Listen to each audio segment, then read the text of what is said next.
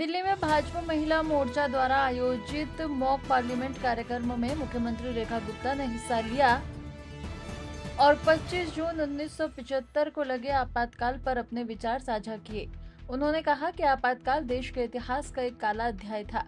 उस दिन पूरे देश को जेल बना दिया गया, लाखों लोगों को कैद किया गया और लोकतंत्र की निर्मम हत्या कर दी गई।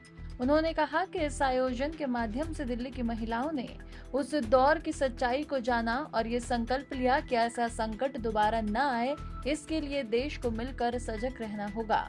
जनता पार्टी महिला मोर्चा के द्वारा आयोजित इस मॉक पार्लियामेंट, जिसमें कि आपातकाल के 50 वर्षों पे चर्चा हुई, मुझे इसमें भाग लेकर के बहुत अच्छा लगा कि वो महिलाएं जो राजनीतिक प्लेटफॉर्म पे काम करती हैं, उनको भी इस बात का बड़ा पुख्ता ज्ञान होना चाहिए कि जो 25 जून 1975 को देश में हुआ और लगातार 21 महीने तक लोगों को, पूरे भारत को जेल बना दिया गया, लाखों लोगों को जेल भेज दिया गया और उसके पीछे केवल एक ही कारण, सत्ता और सिंहासन का लोभ और पूरे संविधान का गला घोट करके लोकतंत्र की हत्या करके देश में एक काला अध्याय जोड़ दिया गया।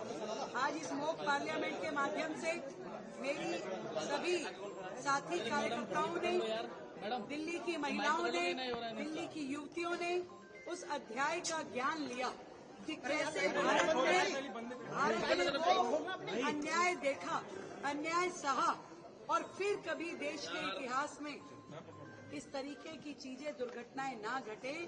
ये उनके लिए बहुत जरूरी काम था। मैं तो ये सोचती हूँ, इस तरह की मॉक पार्लियामेंट, इस तरह की चर्चाएं, सेमिनार, वेबिनार जगह जगह पे होनी चाहिए। कोई भी सरकार देश में संविधान से ऊपर नहीं, संविधान की अवमानना करने वाले सत्ता हो या राजा हो, उसका दंश देश को झेलना पड़ता है और देश इसके लिए कभी भी तैयार नहीं है। देश ने कह दिया है कि इसके बाद ऐसा कोई संकट देश पे ना आए। इसके लिए पूरा देश, पूरा समाज मिल करके इस लड़ाई को लड़ेगा। धन्यवाद।